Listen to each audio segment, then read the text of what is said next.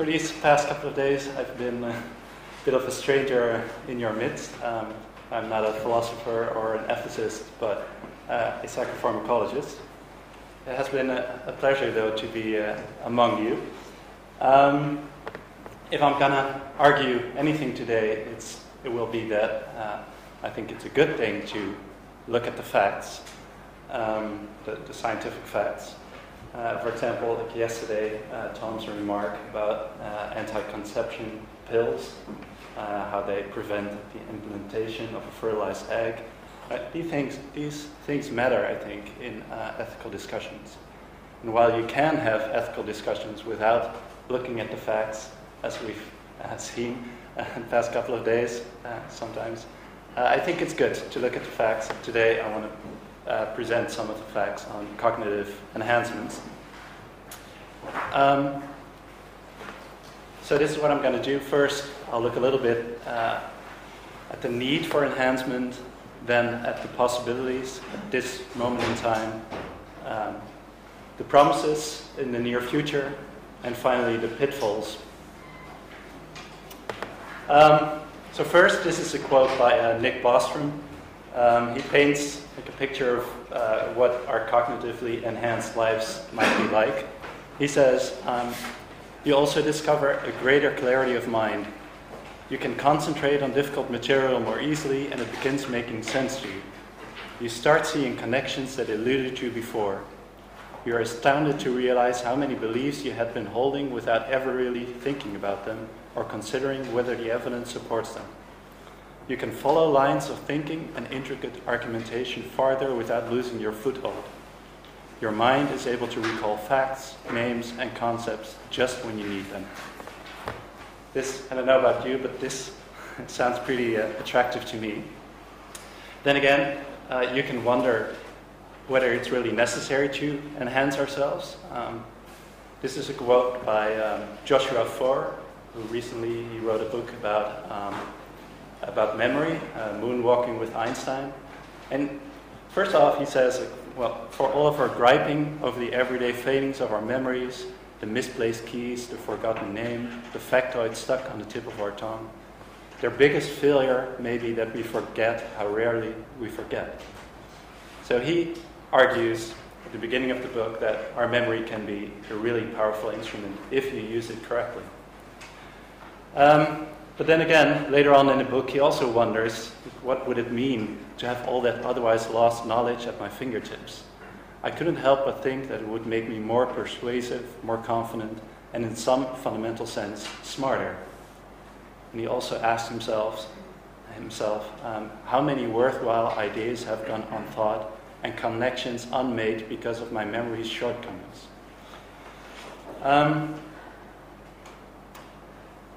So,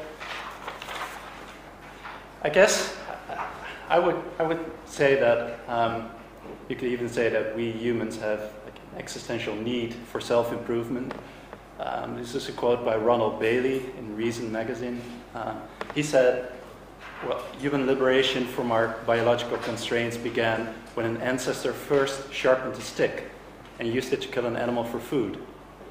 Further liberation from biological constraints followed with fire, the wheel, domesticating animals, agriculture, metallurgy, city building, textiles, information storage by means of writing, the internal combustion engine, electrical power generation, antibiotics, vaccines, transplants, and contraception. In a sense, the goal toward which humanity has been striving for millennia has been to liberate ourselves from more and more of our ancestors' biological constraints. I think if you look at what we've been doing, for example, caffeine has been used for at least 1,000 of years to enhance ourselves. If you look at cognitive enhancers today, you can see that they're already used by, first of all, the army. So the French army has been using modafinil since the early 90s. The United States Army has been using amphetamine since the Second World War, as so-called go pills. Studies in the US show that about 8% of college students in the US use pills like amphetamine, Ritalin, to enhance their performance.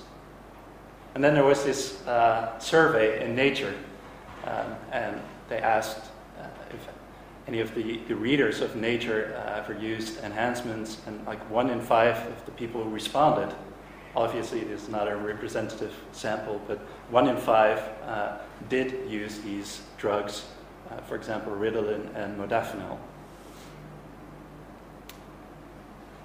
Okay, so what can these drugs do? First of all, modafinil is a drug that's originally it was intended to treat narcolepsy, so people that fall asleep during the day.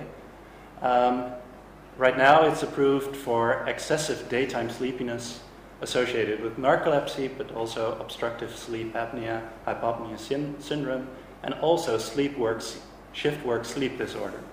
So the criteria for modafinil have been expanded. What does it do? Well, if healthy people take modafinil, it sustains alertness and performance during prolonged periods of wakefulness. So, for example, I think they've tried up to 50 hours, maybe even a little longer, and people can perform like they would normally perform. And this raises the concern of coercion, I think. Employers requiring their employees to take these drugs. This is already happening, for example, in the United States. Pilots in the Navy, when they have to sign a contract that says, I understand I cannot be forced to take these drugs, but I also understand that if I choose not to take these drugs, the flight surgeon can judge that I'm not fit to fly. So basically this means if you don't take them, you don't fly.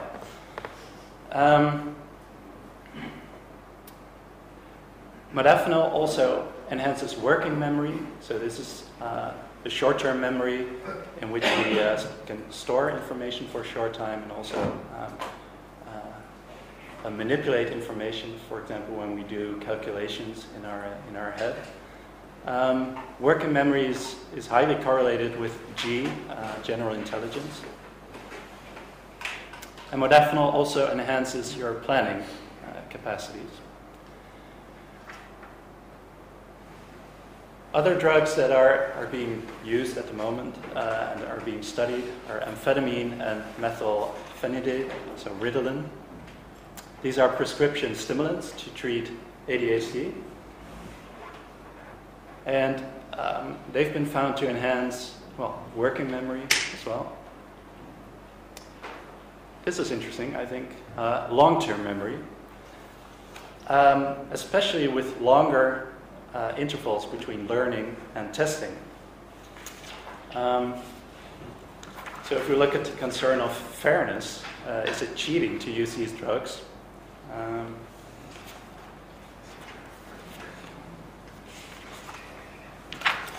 Greeley, he remarked that cognitive enhancement would be unfair if it just temporarily boosts exam performance, as it would prevent a valid measure of the competency of the examinee. If, however, he argued, it enhances long-term learning, as seems to be the case for amphetamine, we might be more willing to accept it.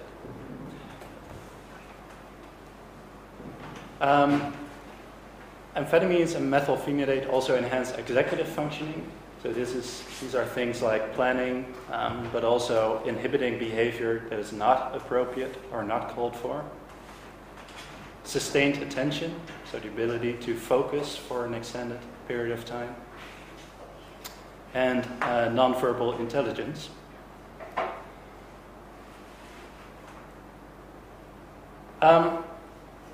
Important question, I think, is how effective these cognitive enhancers really are at the moment.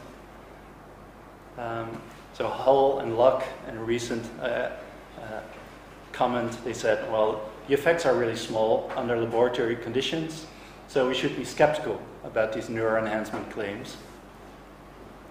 And they also said, it's generally unclear whether these enhancement effects that you observe in the lab really translate into benefits in everyday life. This is a valid point for most of these drugs. These are, for example, two tests that have been used in the laboratory. On the left, you see the digit span. These are just like rows of numbers, and the experimenter reads the row of numbers, and then you have to repeat it, or sometimes you have to repeat it in reverse order, a lot more difficult. So this is a test of working memory. On the right, this is a version of the Tower of Hanoi problem that you might know. You have to go from the top situation to the situation at the bottom. You can only move one of these balls at a time, and then you have to do this. You have to think about this in your mind. You're not allowed to write anything down. And you have to say, what's the minimum amount of moves that you can solve this problem in? So these are the kinds of tests that are used in the laboratory, and well, you can wonder whether how this translates into benefits in everyday life.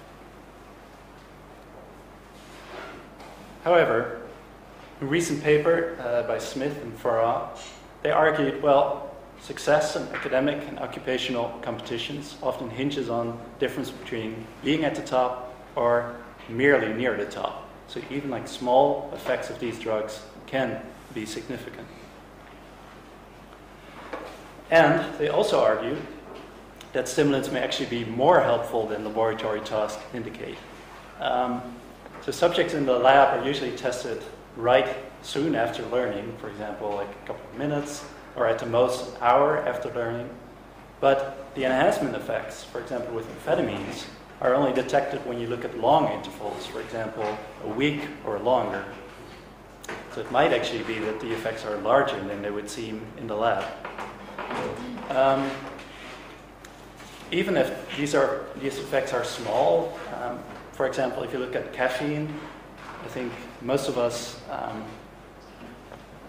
would agree that caffeine is a nice drug to ingest, but the effects are not terribly powerful. But even so, there has been a study in blue-collar workers. They looked at people who drank a lot of caffeine and people who drank below average amounts of caffeine. And then they looked at the amounts of how many accidents they had in 1 year. So these were people that had dangerous jobs. And people that drank a lot of caffeine had half the amount of accidents in 1 year. And accidents were defined as, needing first aid, at least first aid, or maybe a trip to the hospital. But, so even caffeine can have quite an effect in real life. If we look at drugs in the near future, this is a study that I find really fascinating. What they did is they looked at empakine. This is a still experimental drug. And they trained rats on that laboratory test.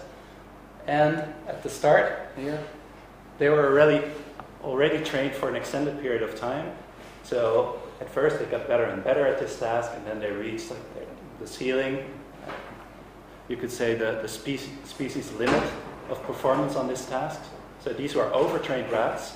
But then, at this point, you see the blue dot, they started administering these empakines, and the performance of these rats started to rise. Even on days when they didn't get the drug, vehicle days, you see that their performance is still at the same level. And this is the last day when the drug was administered, and at least for a couple of days, this performance still stayed at this enhanced level. Another study that is really interesting is a study in monkeys that were administered empakines. This was a working memory test. You see when the empakine is administered, there's a huge improvement in performance. And when they looked at the brains of these monkeys, if you just look at the right column of brain scans, these are the areas that are more active on empakine than on vehicle. So there was more activity in the dorsolateral prefrontal cortex in front of the brain. The medial temporal cortex is the area behind our temples, basically. But interestingly, there was also an area that is normally not active when they perform this task. And on the empakine, on this drug, this area actually, well, it was recruited, started helping perform this task. So Gary Lynch, who's the big guy in empakine research, he says that, well, he speculates that there's an expansion of neural networks as a result of empakine administration. And he further speculates, he says, well, humans have mental abilities, such as language, that are barely detectable in closely related primates.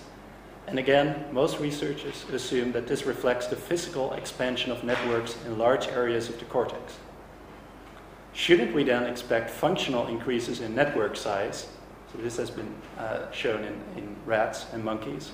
Shouldn't we expect functional increases in network size to similarly result in new mental phenomena?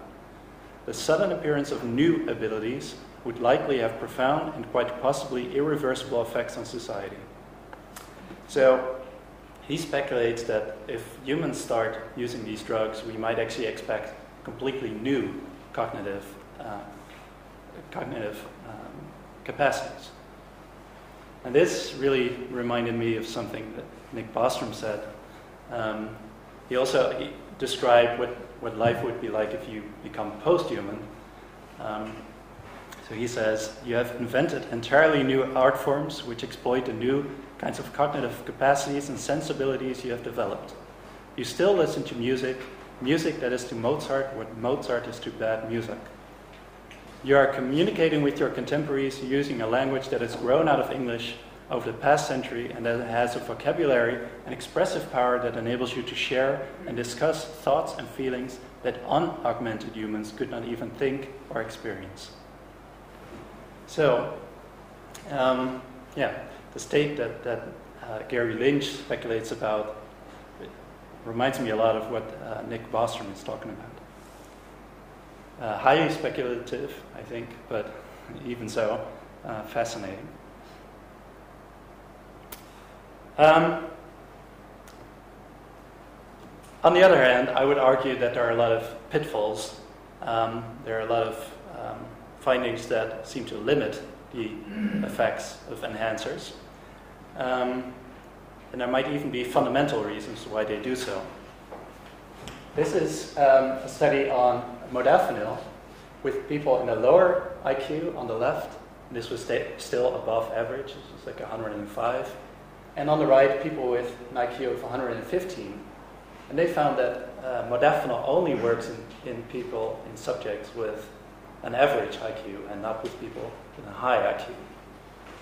On the right is a study with a bromocriptine, which is a dopamine agonist like amphetamine and Ritalin. And they found that people that perform well, the closed circles, their performance actually deteriorated on these drugs, whether people that don't perform, that have a below average performance, they increase.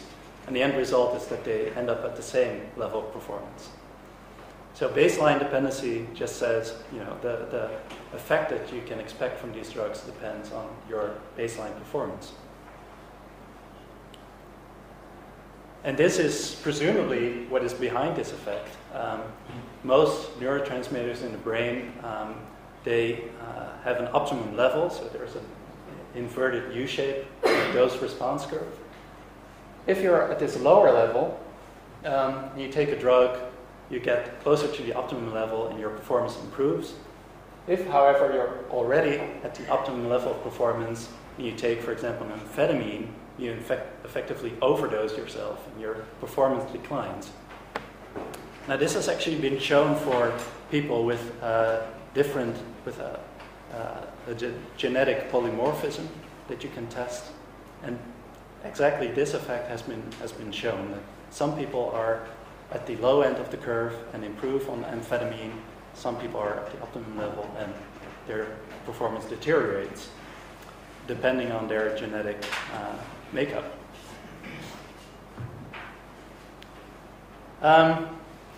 So this is, again, to quote from Bostrom, I think quite ironic. He says, "It seems to me, based on anecdotal evidence and personal observations, that people who are already endowed with above-average cognitive capacities are at least as eager, and from what I can tell, actually more eager, to obtain further improvements in these capacities than are people who are less talented in these regards." So the irony is that the people who really want to enhance themselves don't really benefit from these drugs, whether people that would really benefit from these drugs might not have the drive to enhance themselves. Another problem, I think, are trade-offs. So an enhancement of performance in one area leads to a deterioration of performance in another area. And one of these trade-offs that has been found, at least in animal research, is stability versus flexibility of long-term memory. For example, in food storing birds, there's this drug you can give them, and what it does is they remember really well where they stored their food. So they get really robust long-term memories. But if you then show them that you're moving their food supply, they keep searching in the old location. This has been shown in rats as well. So there appears to be something like a long-term memory that is too robust and inflexible. Another trade-off that has been talked about is attentional focus versus creativity. So drugs that heighten focus might actually dampen creativity, because it has been argued a certain amount of distractibility is actually required for creative thought. Interestingly, this has been investigated recently by Martha Farah, and she found that the amphetamine Adderall, which enhances attention, also enhances creativity. So they looked at the tests of creativity, the remote associates tasks, in which you get 3 words, for example, manners, round, and tennis, and then you have to come up with a word that is associated with all 3. In this instance, table, so table manners, round table, table tennis. So Adderall improved performance on this creativity task, although it impaired the creativity of highly creative individuals. But again, this is just an example of the baseline dependency. People are not that creative, get more creative, people that are extremely creative, it's harmful to them. And final pitfall that I want to mention is overconfidence. This has been found for some cognitive enhancers, for example, methylphenidate, and there are some indications that this also applies to modafinil, that they can lead to overconfidence, so causing participants to overestimate their cognitive abilities. And if we, for example, require soldiers or surgeons to use these drugs, this could be potentially really dangerous. So that was my last slide. So in summary, what I would argue is that looking at what is actually possible at the moment, some ethical concerns that have been raised, I think we don't really have to worry about that much. But then again, on the other hand, if you look at what's coming, some new drugs, some of these findings in the lab actually raise new concerns, I think, that haven't been discussed in ethical discussions. So I'm going to leave it at this.